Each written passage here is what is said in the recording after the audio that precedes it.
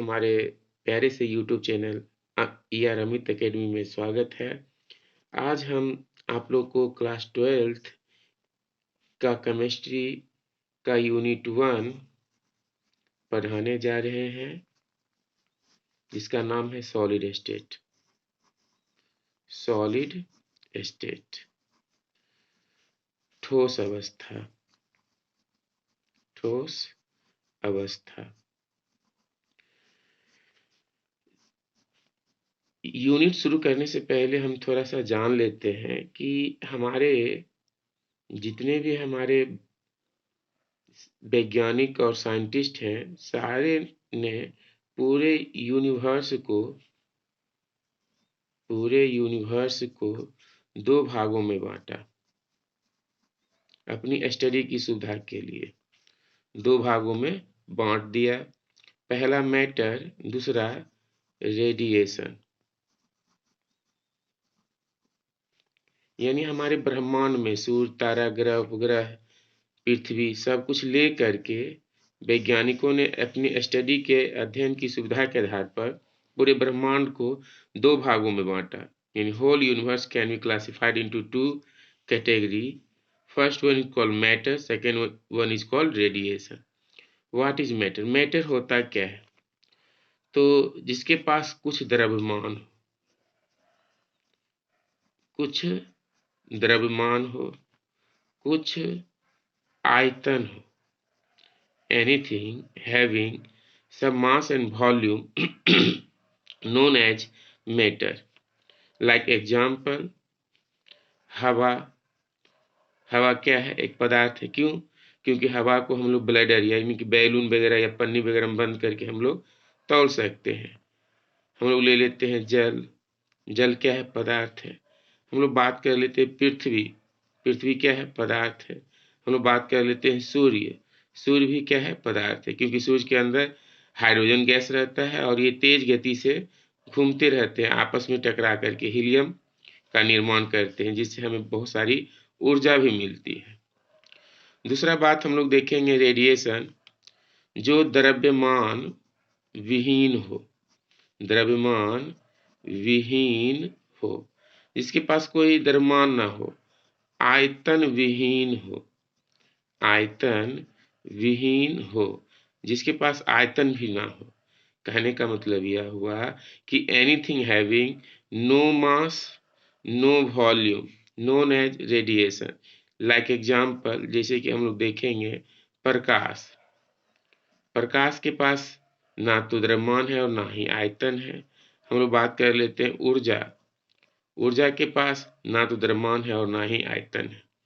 तो solid state में यानी केमिस्ट्री में ये जो हम लोग मैटर की बात करते हैं, केमिस्ट्री का 99% सिलेबस जो है ना, वो मैटर से ही होता है। और ये सारे रेडिएशन के बारे में हम लोग देखेंगे कहाँ? फिजिक्स में देखेंगे। तो चलिए आज हम लोग बात करते हैं ठोस अवस्था, सॉलिड। फर्स्ट टॉपिक हम लोग बात कर लेते हैं ठोस सॉलिड। आखिर ठोस के बारे में ही पढ़ना हम लोग को क्यों जरूरी है? क्योंकि हमारे जितने भी मशीन हैं, चाहे वो जनरेटर हो या मोटर हो या ट्रांसफार्मर हो या घर का कोई सामान हो, बर्तन हो, सारे के सारे क्या रहते हैं? ठोस अवस्था में ही रहते हैं।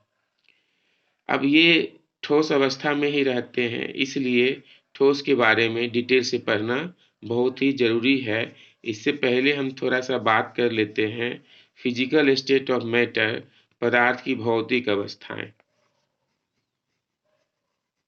पदार्थ की भौतिक अवस्थाएं। पदार्थ की भौतिक अवस्थाएं, physical state of matter. Physical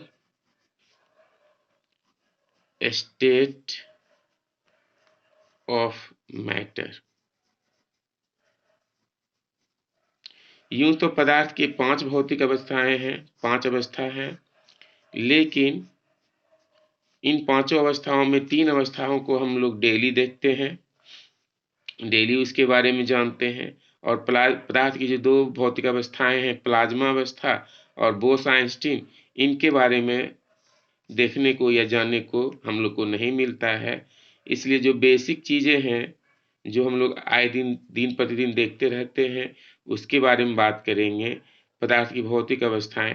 पहला पदार्थ की भौतिक अवस्था आपका है ठोस, जिसको इंग्लिश में सॉलिड कहते हैं। दूसरा द्रव, जिसको इंग्लिश में लिक्विड कहते हैं। और तीसरा गैस, जिसको इंग्लिश में गैस कहते हैं। चलिए वन बाय वन करके हम लोग इसका डिटेल से अध्ययन कर लेंगे। इसके बाद टॉपिक को आगे बढ़ाएंगे। ठोस, सॉलिड। ठोस है क्या? तो सिंपल डेफिनेशन याद रखेंगे हम लोग, वैसा पदार्थ जिसका आयतन एवं आकार निश्चित हो। वैसा पदार्थ जिसका आयतन एवं आकार निश्चित हो, तो वैसे पदार्थ को ही ठोस कहते हैं।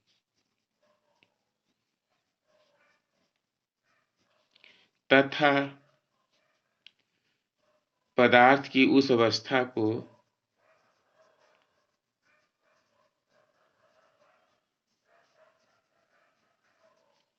ठोस अवस्था कहते हैं।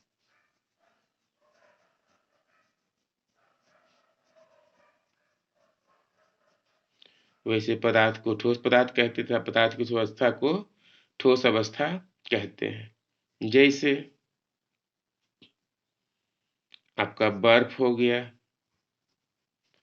NaCl हो गया, सिल्वर ब्रोमाइड AgBr हो गया, पुस्तक हो गया, ये सारे के सारे क्या हैं? ठोस हैं। अब इसका कुछ हम लोग गुण देख लेते हैं, प्रॉपर्टीज, गुण। प्रॉपर्टीज देख लेते हैं। पहला आयतन निश्चित होता है।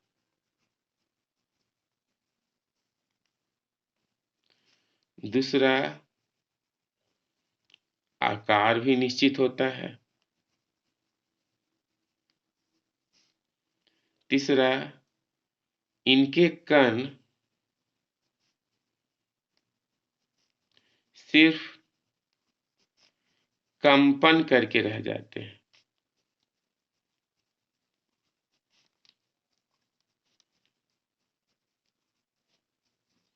इनके कण सिर्फ कंपन करके रह जाते हैं। चलिए यहाँ तक नोट डाउन कर लीजिए आप लोग, फिर आगे बढ़ते हैं। पॉज कर दो।